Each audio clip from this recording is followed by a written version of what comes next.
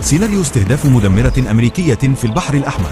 البارجة الأمريكية كارني في مياه البحر الأحمر لديها القدرة على اعتراض 30 هجوما جويا بنفس الوقت، لكن سوف يتم مهاجمتها بأكثر من 30 صاروخ موجها بالتزامن مع عشرات الزوارق المفخخة والتوربيدات البحرية من الأسفل بنفس الوقت. في هذه الحالة 50% من هذا الهجوم يرجح أن يصيبها، بهذا تكون الإصابة قاتلة ومدمرة بسبب تشتت قدرات النظام الدفاعي للبارجة كارني وتدميرها كليا.